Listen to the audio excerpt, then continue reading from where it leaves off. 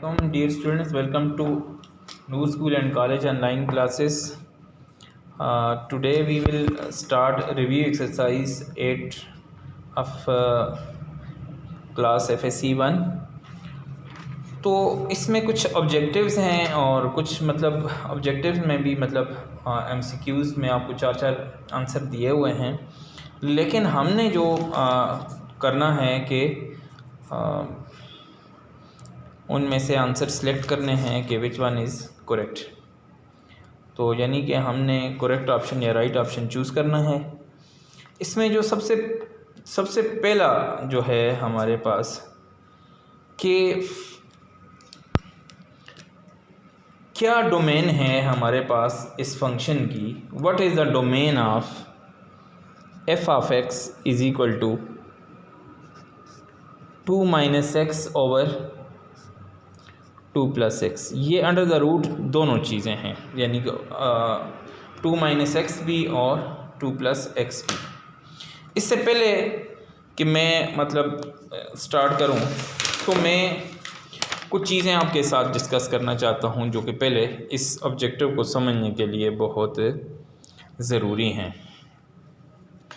पहली बात तो ये है कि हमें ओपन और क्लोज इंटरवल का पता होना चाहिए। जैसे ये 6 और 10 है, ये इससे ओ आसानी से बन सकता है, इसलिए ये ओपन इंटरवल है। अब ओपन इंटरवल से क्या मुराद है? ओपन इंटरवल से ये मुराद है कि भाई 6 भी शामिल नहीं है, एक्सट्रीम्स नहीं शामिल, ये और 10 भी शामिल नहीं है, और इनके दरमियान यानी 6 और 10 के दरमियान यानी 6.1 और जो 9.99 है, एग्ज़ाम्पल दे रहा हूँ, तो ये यानी 6 और 10 के दरमियान जो नंबर हैं वो शामिल हैं। This interval is known as open interval. और ये तो मैंने वैसे आपके लिए किया, ये आप स्मॉल ब्रैकेट से रिप्रेजेंट करेंगे।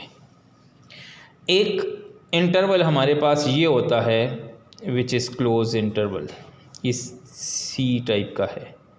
तो अगर ये 6 और 10 है, इसमें boundaries are not included, boundaries are not included इसमें है, इसमें बाउंड्रीज जो हैं वो इंक्लूड नहीं है, इसमें बाउंड्रीज इंक्लूड नहीं है जी। अब हमने ये करना है, अगर बाउंड्रीज इंक्लूड नहीं हैं, इसमें बाउंड्रीज यानी इसमें 6 और 10 इंक्लूड नहीं है, जैसे हम कहें ना 6 और 10 के दरमियान, यानी तो फिर ना 6 शामिल है ना 10 शामिल है, 6 भी इंक्लूड नहीं है, 10 भी, इनके दरमियान वाले तमाम इंक्लूड होंगे। और इसमें क्या होगा, इसमें बाउंड्रीज भी इंक्लूड होंगी, बाउंड्रीज इंक्लूडेड है। बाउंड्रीज अगर इंक्लूडेड हैं तो 6 भी शामिल है और 10 भी शामिल है, और इनके दरमियान जो आने वाले नंबर हैं वो भी शामिल हैं। अगर ये इस तरह का इंटरवल बन जाए तो 6 is not included and 10 is included, and all the numbers ये भी हैं, ऑल द नंबर्स बिटवीन 6 और 10 जो हैं वो भी इंक्लूड होंगे। ऊपर भी ऐसे ही है। इसको ओपन इंटरवल बोलते हैं, इसको क्लोज बोलते हैं। क्लोज में बाउंड्रीज भी शामिल हैं और इनके दरमियान जितने भी रियल नंबर हैं वो सारे भी शामिल हो जाएंगे। इधर 6 इंक्लूड नहीं है क्योंकि ये ऊपर वाले का हिस्सा है, और 10 इसका हिस्सा है, तो ये इंक्लूड हो जाएगा। बाज़ औक़ात इस तरह भी होता है कि ये वाला हो और यहाँ से हम इसको क्लोज़ कर दें। ये ओपन एंड क्लोज इंटरवल है, ये क्लोज एंड ओपन इंटरवल है। इसमें 6 is included and 10 is not included. ये बाउंड्रीज़ के हवाले से है, और इनके दरमियान तो तमाम एलिमेंट जो हैं, तमाम जितने भी रियल नंबर हैं 6 और 10 के दरमियान, वो तो होंगे ही होंगे। यहाँ इसका मतलब है कि 6 नहीं है और 10 तक तमाम रियल नंबर इसमें इंक्लूड होंगे। ये तो मैंने आपको ऑब्जेक्टिव समझाने के लिए कुछ चीज़ें समझा दी कि ताकि आपको ये बात पता हो कि कौन सी इंक्लूड है और कौन सी इंक्लूड नहीं है। अब ये एक रेडिकल फंक्शन है और रेडिकल फंक्शन के बारे में हमने ये बात पहले भी शायद डिस्कस की थी और क्लास में भी कि हमारे पास दो ख़तरात हैं। हमारे पास एक फॉर एग्ज़ाम्पल आपके पास रेडिकल फंक्शन है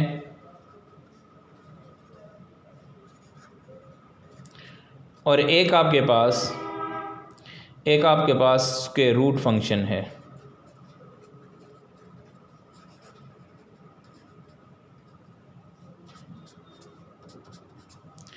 रेडिकल फंक्शन और स्क्वायर रूट फंक्शन में हमने ये चीज़ें देखनी हैं कि भाई क्या रेडिकल में हमेशा पॉजिटिव नंबर हो। जैसे अगर मैं 6 माइनस x करता हूँ तो मैं ऐसी वैल्यूज़ x को दे दूँ कि ताकि अंडर द रेडिकल साइन हमारे पास जो है वो एक पॉजिटिव नंबर बरकरार रहे। एक बात तो हमारे पास ये वाली आ गई। दूसरी बात ये आ गई कि अगर रेशनल फंक्शन है तो डिनोमिनेटर में जैसे यही है तो मैं एग्जांपल भी यही ले लेता हूँ कि मेरे पास न्यूमरेटर में और डिनोमिनेटर असल मसला है कि -2 डाला तो दिस विल बी 2 - x/0 हो जाएगा जो कि अनडिफाइन होगा। तो इसलिए मुझे इस चीज़ से भी बचना है कि डिनोमिनेटर 0 ना हो और ये एज अ होल ये वाली टर्म जो है वो आपके पास जो है वो पॉजिटिव होनी चाहिए। ठीक है, यानी कि एक तो इसको पॉजिटिव होना चाहिए एज ए होल, नेगेटिव ना आ जाए।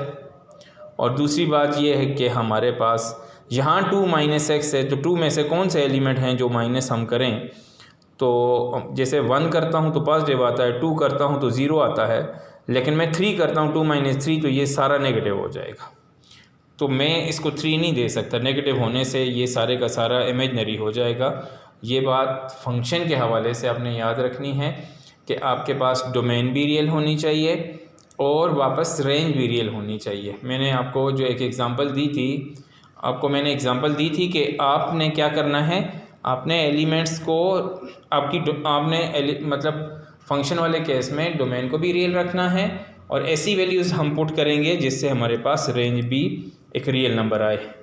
तो अगर मैं इसको देखूं तो पहली बात तो ये है कि मेरे पास 2 - x भी, इसको अगर डिस्कस करूं तो 2 - x भी greater than or equal to 0, ये न्यूमरेटर की बात कर रहा हूं।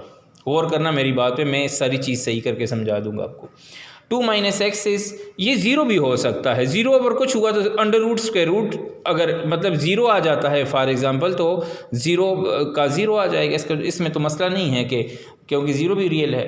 अब ये मसला है कि एक तो इसको वो ये कहता है कि हमारे पास 2 - x ग्रेटर देन 0 हो और 2 + x जो है वो भी ग्रेटर देन 0 होना चाहिए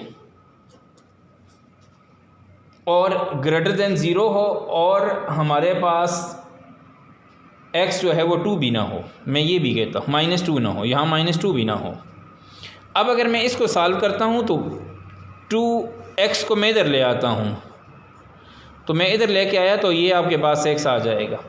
इसका मतलब ये हुआ कि 2 जो है वो x जो है वो 2 के इक्वल होनी चाहिए और 2 से लेस होनी चाहिए। यानी कि ऊपर वाली बात में देखें तो पॉजिटिव कब आएगा, जैसे मैं 10 में से कब तक पॉजिटिव, जब मैं 10 में से 1 माइनस करता हूँ 2 3 4 5 9 तक भी पॉजिटिव आएगा, 10 तक 0 आएगा। लेकिन मैं 11 नहीं पुट कर सकता, 10 में से 11 माइनस किए तो मेरे पास नेगेटिव आ जाएगा। तो मैं नेगेटिव से बचना चाह रहा हूँ।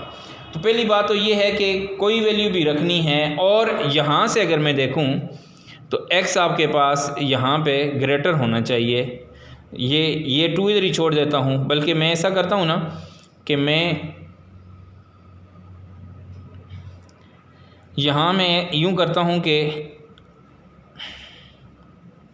इसको इधर ले आता हूँ -x, ये मैंने x इधर लाया है। अब जब मैंने दोनों तरफ माइनस से मल्टीप्लाई किया तो ये -2 हो जाएगा, इज़ लेस देन x हो जाएगा। इज़ लेस देन नहीं, ग्रेटर देन होगा, यहाँ पे अब ग्रेटर देन हो जाएगा। अब ये है कि मेरे पास -2 से ग्रेटर होना चाहिए और x और x जो है वो 2 के इक्वल होना चाहिए या उससे लेस होना चाहिए। अगर मैं इन दोनों को कंबाइन कर दूं, combining these two inequalities,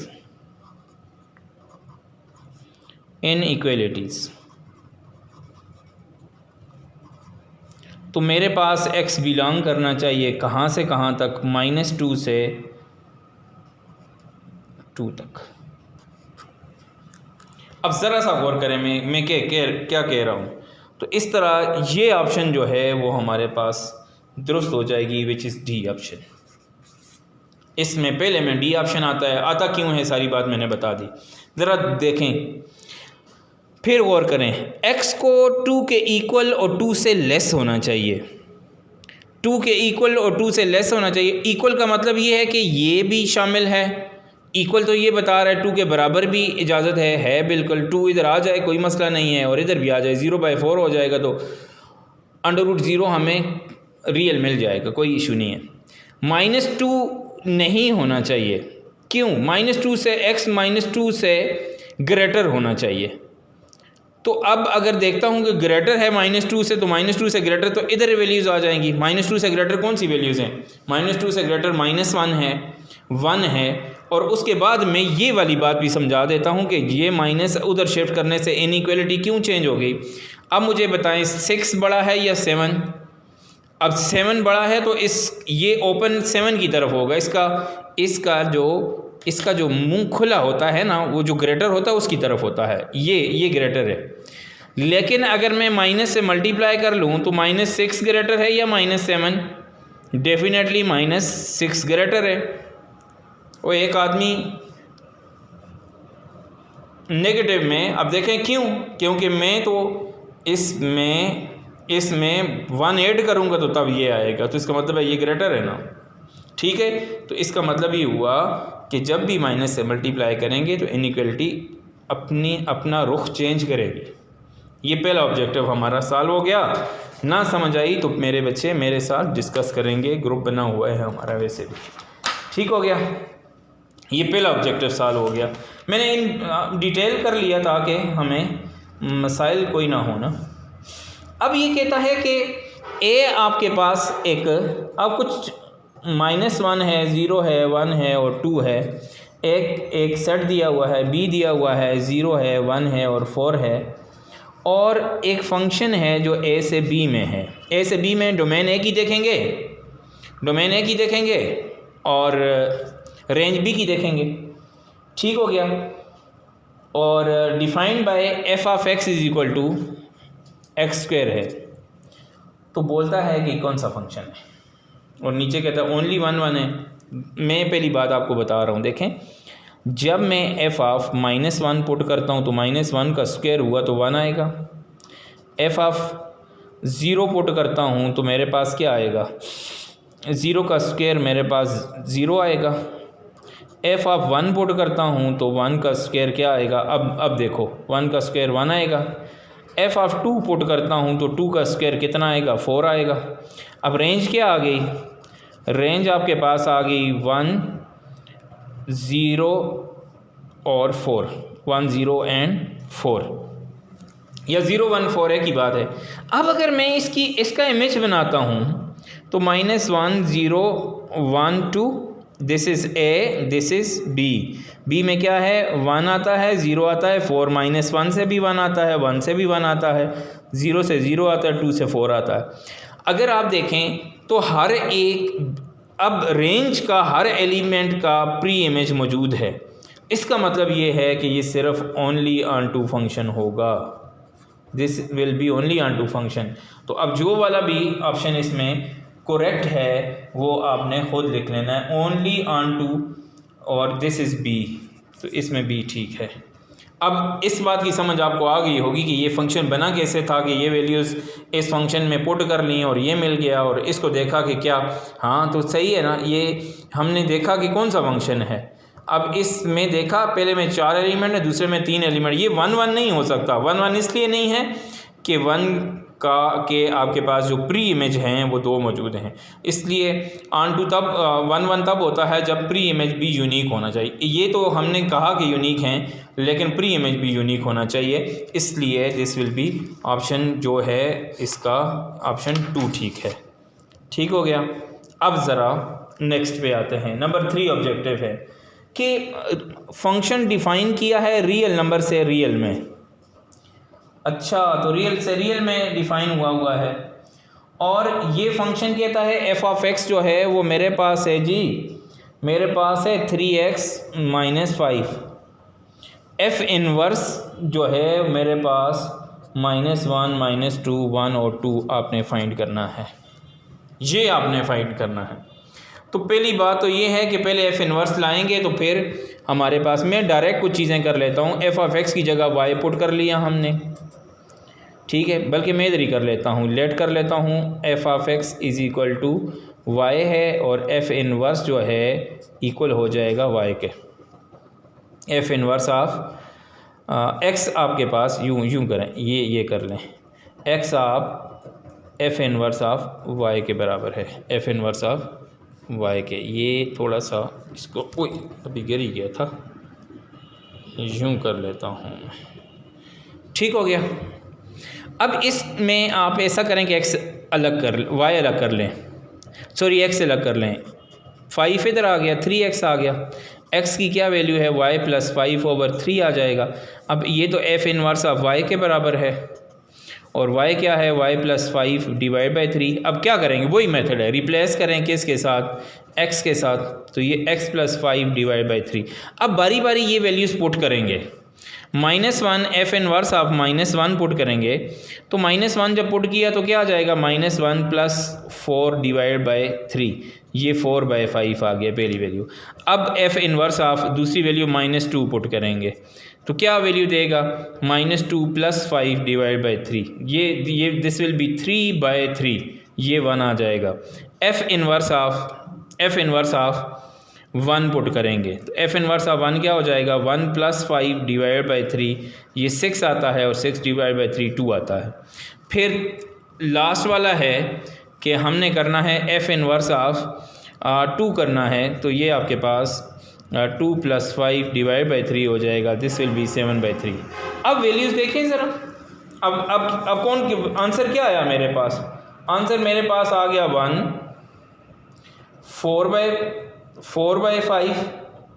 4/5 नहीं 4/3 है, 4/3 और 2 और 7/3, 2 और 7/3। तो सी ऑप्शन देखें बिल्कुल सेम यही आ रहा है, तो आपने सी ऑप्शन चूज़ करना है, ठीक है। ऐसे ही नहीं करना, वैसे मैंने आपको मेथड बताया है कि इतना बड़ा फंक्शन जो हमारे पास आया और ये आ कहाँ से रहा है।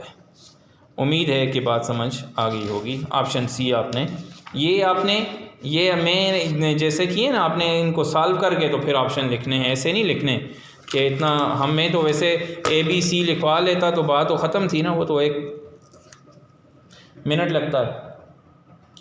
अब 4 पे आ जाएं, कहता है कि एफ ऑफ एक्स जो है वो x + 3 के इक्वल है, 2x + 3 के, और ये उस वक्त दे रहा है 4x² + 12x + 15। वो ये कहता है कि आपने एफ ऑफ 3x + 2 की वैल्यू फाइंड करनी है कि क्या होगा। एफ ऑफ 2x + 3 जो है ये आपके पास ये वैल्यू दे रहा है। थोड़ा सा मैं कैमरा मुझे एडजस्ट करना पड़ेगा।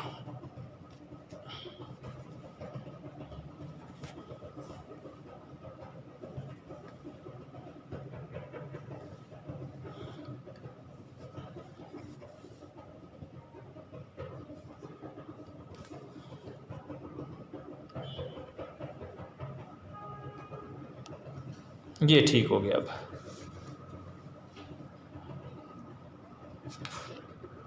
चलें ऐसे कर लेते हैं।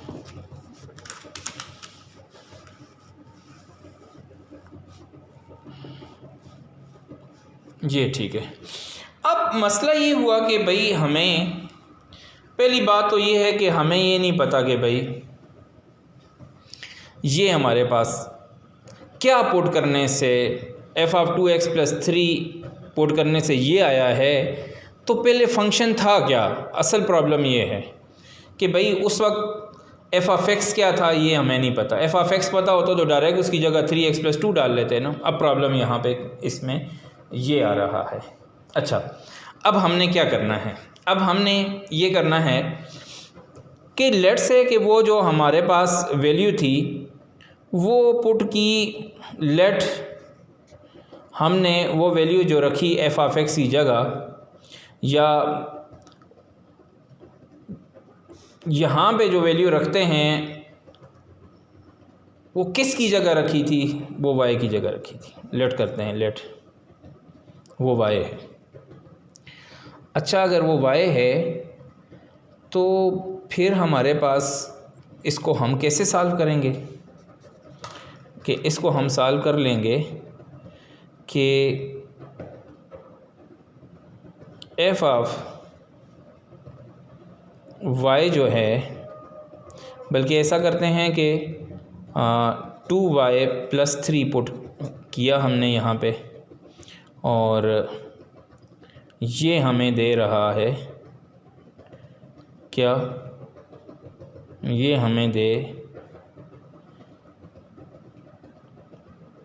3x + 2, कि यहाँ पे क्या वैल्यू पुट करेंगे हमें ये मिल जाए। फिर सोचना, देखें लेट करते हैं कि वो y है और वो x की जगह रखते हैं तो ये वाली वैल्यू हमें मिलेगी, ये वैल्यू मिल जाएगी, f(3x + 2) मिल जाएगी। तो यहाँ से आप ऐसा करें, y अकेला करें, 2y = 3x + 2 - 3 कर लें, और ये आ जाएगा 3x - 1, और ये y 1/2 हो जाएगा, और ये y की वैल्यू आ गई। कि उस वक्त हम अगर y की वैल्यू ये रखते हैं तो हमारे पास ये वैल्यू आती है।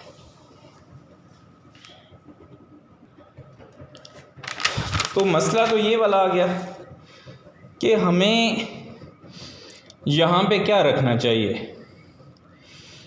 कि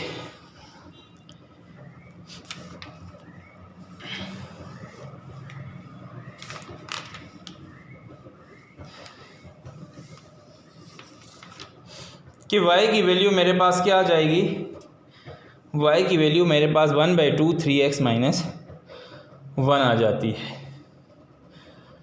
अब यही वाली वैल्यू x की जगह ऊपर पुट करें तो हमारे पास क्या आंसर आता है, f(3x + 2), फिर दोबारा भी समझाऊंगा।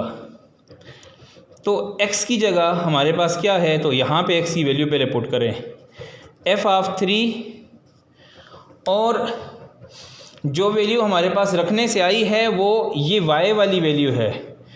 अब ये वाली वैल्यू आपने पुट करनी है यहाँ पे।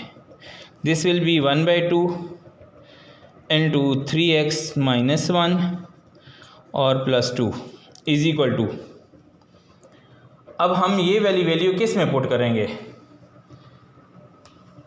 ये वाली वैल्यू हमने पुट कर लेनी है किस में, इसी फंक्शन में।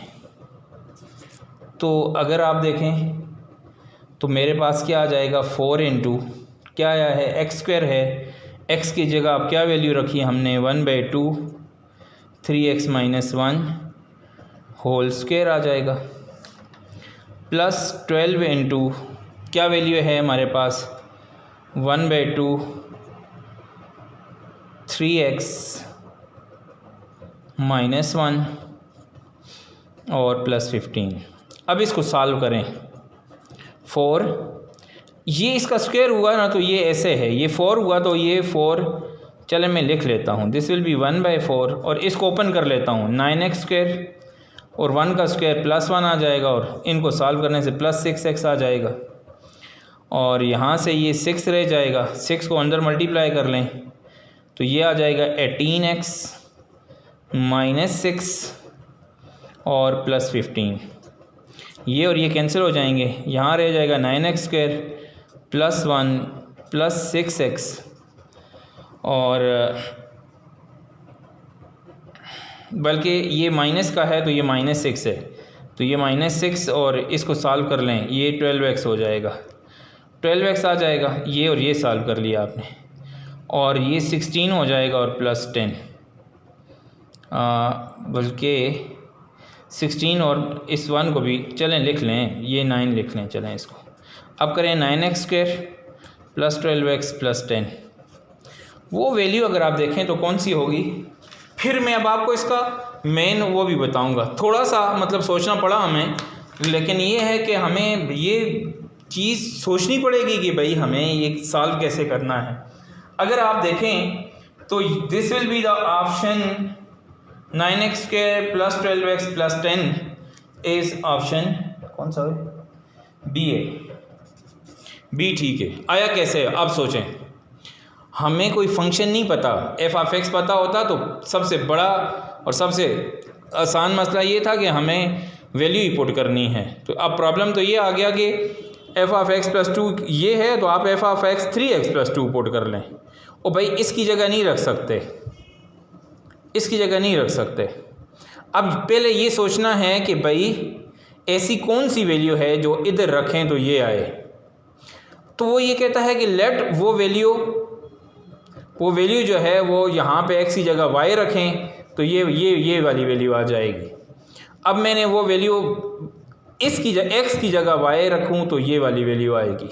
एग्ज़ाम्पल दे रहा हूँ, तो ज़ाहिर है हमारे पास क्या है, मैंने 2xy + 3 कर लिया और मैंने y को अकेला कर लिया। इसका मतलब है कि ये वैल्यू अगर रखेंगे तो ये वाली वैल्यू आ जाएगी। अब आपने क्या करना है, जहाँ जहाँ पे x है यहाँ पे आपने ये वैल्यू, इसी में आपने ये वैल्यू रखनी है। जब ये वैल्यू रखी तो आखिर में क्या आपने ये इस बात पे गौर किया कि हमारे पास यहाँ पे क्या आ रहा है,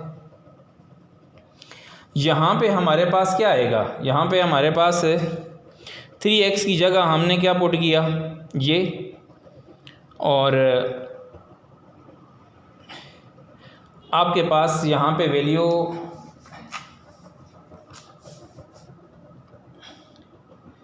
2 की जगह 1/2 जब रखेंगे, इसकी जगह रखेंगे, अच्छा ये 2 है, ये 2 है, ये और ये कैंसिल हो गए, पीछे रखा क्या बचा 3x - 1, और यहाँ पे आपने क्या करना है, आपने यहाँ पे अगर ये वैल्यू रखते हैं ना तो इसको पहले सॉल्व करके देख लें कि यहाँ पे आपके पास वैल्यू रखी तो दिस विल बी 2 नहीं है, ये 3 है। अब ठीक आएगा। अब देखें दिस विल बिकम 3x, इधर सॉल्व करता हूँ, 3x - 1 और ये +3, तो +3 किया तो क्या आ जाएगा, 3x + 2 आ जाएगा।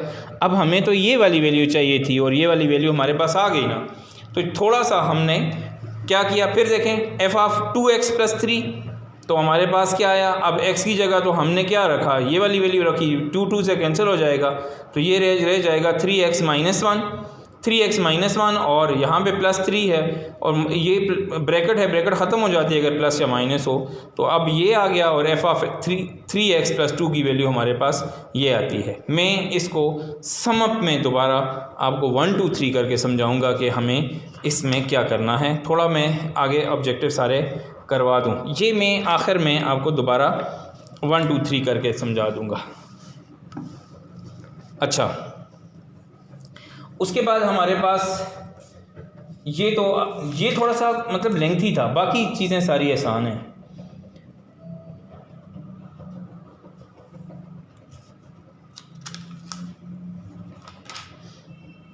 अच्छा, 5वां ऑब्जेक्टिव है हमारे पास कि भाई f(x) जो है वो मेरे पास है क्या, x³ + 1/x³। मालूम क्या करना चाहते हैं, f(x) + f(1/x), ये हम मालूम करना चाहते हैं। पहले f(x) तो आपके पास मौजूद है, f(x) की वैल्यू मौजूद है, ये वाली f(1/x) की वैल्यू फाइंड करें। 1/x, x की जगह जहाँ पे 1/x डालें, 1/x³ और शायद नेगेटिव है, ये क्वेश्चन में नेगेटिव है, माइनस इसकी जगह x की जगह क्या पुट करेंगे, इधर भी 1/x, ये क्यूब आ जाएगा, ये आ जाएगा 1/x³ - 1/1/x³, ये ऊपर चला जाएगा 1/x³ ये डिवीजन के नीचे डिवीजन है -x³ आ जाएगा। अब f(x) प्लस f(1/x) को ऐड करें तो x³ -1/x³ plus 1/x³ -x³, ये से कैंसिल तो ज़ीरो आएगा। ऑप्शन खुद ढूंढ लेना कौन सा है। ठीक है, ए ऑप्शन ठीक है। ये आसान है बिल्कुल, यानी कि x को 1/x से रिप्लेस करके दोनों को ऐड कर लें बस, और ये ज़रा हमारे लिए आसानी भी पैदा करेगा। ठीक हो गया। अब इसका ही दूसरा ऑप्शन देखते हैं कि क्या आता है हमारे पास। अब नेक्स्ट है 6th है, f(x) किसके इक्वल है, x² - 3x + 4। Then find the value of x satisfying the equation of f(x) और f(2x + 1)। अब पहले इसको तो आप मालूम करें ना, f(2x + 1) क्या आएगा, तो ज़ाहिर है 2x + 1 का होल स्क्वायर हो जाएगा, -3 × 2x + 1 + 4। जहाँ जहाँ पे x है वहाँ पे 2x + 1 पुट करके चेक कर लें। दिस विल बिकम f(2x + 1) आपके पास आ जाएगा 4x² + 1 प्लस क्या आ जाएगा 4x, इधर किया -6x -3 + 4। अब सॉल्व करें, स्क्वायर तो कोई नहीं है, 4x² ही है, ये दो सॉल्व हो जाएंगे, -2x रह जाएगा, और ये 5 और 3 गए माइनस हुए तो 2 रह जाएगा, लेकिन प्लस वाला। अब उसने ख़ुद कहा है कि f(x) और f(2x + 1) इक्वल होने चाहिए, किस वैल्यू के लिए, तो x² - 3x + 4 और 4x² - 2x, इन दोनों को इक्वल लिखते हैं। सारों को एक जगह पे ले जाएं, 4x² - 2x + 2 -x² + 3x - 4। 4x² में से एक x² गया तो 3x² रह जाएंगे, -2x और +3x को सॉल्व करें, +x रह जाएगा, और कांस्टेंट सॉल्व करें तो हमारे पास क्या रह जाएगा, -2। अब आपने ऐसा करना है कि इसको फैक्टराइज़ कर दें, 3x² और 6 आना चाहिए ना, +3x - 2x - 2 कॉमन लें, 3x x + 1 आ जाएगा, -2 आ जाएगा x + 1, और x + 1 आ जाएगा, और 3x - 2, x = -1 देगा, और x = क्या देगा, 0, उधर 2 हो जाएगा, और 3 पे डिवाइड कर लिया हमने। 2/3 वाली बात ठीक है अगर है तो। अब देखें -1 तो ऑप्शन है ही नहीं है इसमें, या तो x -1 है या आपके पास 2/3 है। 2/3 ऐसा है जो दोनों को सेटिस्फाई करेगा, यानी कि ये वैल्यू इस फंक्शन में डालेंगे या इसमें, दोनों इक्वल होंगे, तो 2/3 पे आपने निशान लगा लेना है, विच इज़ ऑप्शन बी है ये। ठीक है ना, -1 नहीं दिया हुआ है, लेकिन ये इसको अब सेटिस्फाई करेगा। लास्ट हमारे पास है कि द डोमेन ऑफ, आपने डोमेन फाइंड करनी है, और डोमेन हम कैसे फाइंड करेंगे, डोमेन हमारे पास आ जाएगी, ये लास्ट क्या है, लास्ट है मेरे पास y = x/(x² - 3x + 2) under the root. Zero तो हो नहीं सकता, लिहाजा x² - 3x + 2 > 0 होना चाहिए, क्योंकि इसके रूट के अंदर आता है, और इसको हमने पॉजिटिव ही रखना है। तो अगर हम इसको देखें तो मेरे पास क्या आ जाएगा, मेरे पास ये बात आ जाएगी कि हम इसको > 0 रखते हैं, तो मैं इसको अगर फैक्टराइज़ कर दूं तो x² - x - 2x + 2 > 0 होना चाहिए। तो ये x कॉमन x - 1 आ जाएगा, -2 कॉमन x - 1 हो जाएगा > 0, x - 1 > 0 इंटू x - 2 > 0। अब ये दोनों का प्रोडक्ट > 0 होना चाहिए, इसका मतलब है कि x - 1 भी > 0 है, और x - 2 भी > 0 है।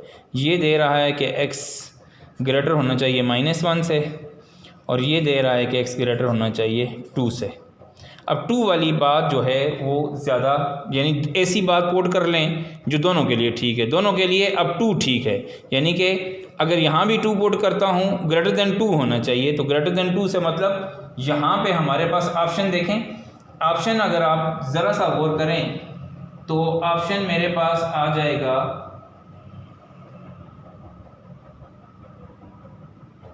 तो अब इधर भी हमारे पास ऑप्शन दो हैं कि पॉजिटिव कब कब है, ये भी पॉजिटिव हो, ये भी पॉजिटिव हो, फिर भी पॉजिटिव आएगा, ये नेगेटिव हो और ये भी नेगेटिव हो तब पॉजिटिव आएगा।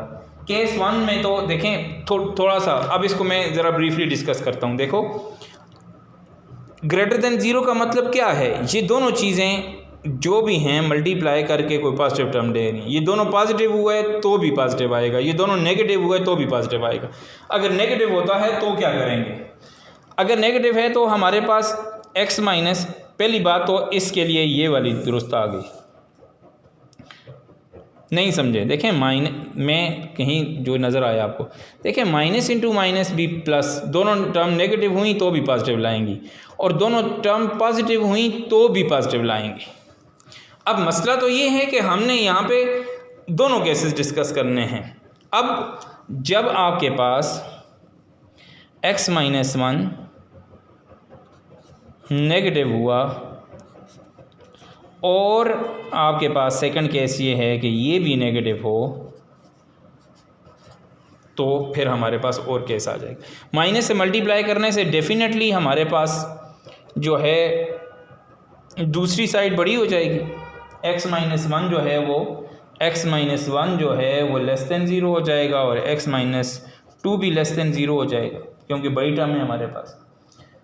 तो x आपके पास लेस दैन 1 होगा और x जो है लेस दैन 2 होगा, तो फिर हमारे पास डेफिनेटली क्या होगा, hence in the case of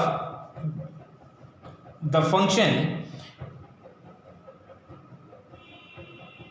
is defined for all x belong to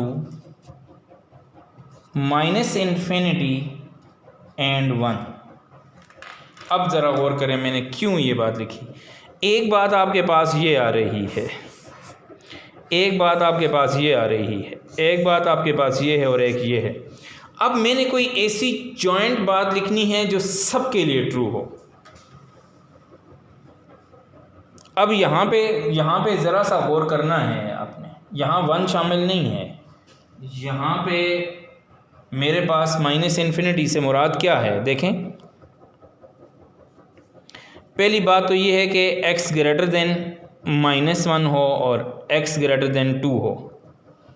तो मैंने ये बात देखी कि भाई दोनों के लिए मैंने इसके लिए अलग इंटरवल बनाता हूँ, इसके लिए अलग, इसका तो ये इंटरवल बन गया, इसके लिए इंटरवल नहीं बनाया हुआ तो बना लें कि भाई 2 और इन्फिनिटी तक सब के लिए ट्रू है। देखें फिर गौर करना, मेरी बात है सेकेंड ईयर टाइप की बात है लेकिन थोड़ा सा गौर करना। यहाँ 2 डालने से ये ट्रू होगा कि नहीं, 2 बड़ा है ना -1 से, ठीक हो गया। और यहाँ से भी 2 से बड़ी चीज़ कोई हो, यानी कि मैं अगर 2 यहाँ 2 से बड़ा कोई नंबर डाल दूँ, फॉर एग्जांपल मैं 3 डाल देता हूँ, 3 के लिए ये भी ट्रू है, 3 के लिए ये भी ट्रू है। अब ऐसा इंटरवल बनेगा जो दोनों के लिए ट्रू होगा। तो मैंने 2 को यहाँ पे 2 को मैंने क्या किया, 2 को मैंने क्लोज़ किया, 2 के बाद वाली 2.1 इधर भी बड़ा है, 2.1 इधर भी बड़ा, 2 से इन्फिनिटी तक ये इंटरवल हर एक के लिए ट्रू है। इधर क्या है, x लेस दैन 1 है और x लेस दैन 2 है। लेकिन मैं इस वाली बात को करूँगा। अब देखें ना, अब मैं 0.5 डालता हूँ तो 0.5 तो इससे भी लेस है और इससे भी लेस है। तो मैंने 1 से लेके माइनस इन्फिनिटी तक यानी -100 डालें, इसके लिए भी ट्रू है, -100 इसके लिए भी ट्रू है। अब इन दोनों को मैं यकजा कर दूंगा, -infinity to 1 union 2 and infinity, ये आ रहा है। तो ये मेरे पास आ गया दोनों का इंटरवल। नहीं बात समझ में आई तो इन दोनों में से कौन सी बात ट्रू है, तो अब यहाँ पे अगर मैं 2.1 डालता हूँ, यहाँ भी 2.1 डालता हूँ, दोनों के लिए ट्रू है और ये डाल दी। उसके बाद भी तमाम 3 डालने से भी ट्रू है, 4 डालने से भी ट्रू है, 5 डालने से भी इन्फिनिटी तक, ये दोनों शामिल नहीं, इनके दरमियान वाली कोई वैल्यू भी डालें तो ये इसके लिए ट्रू। इसके लिए क्या ट्रू है कि मैं अगर यहाँ पे 0 डालता हूँ, एग्जांपल दे रहा हूँ, 1 और माइनस इन्फिनिटी के दरमियान है ना, तो मैं इन 1 से इधर 0 आएगा, 0 इधर डालता हूँ, इसके लिए भी ट्रू है, इसके लिए भी ट्रू है।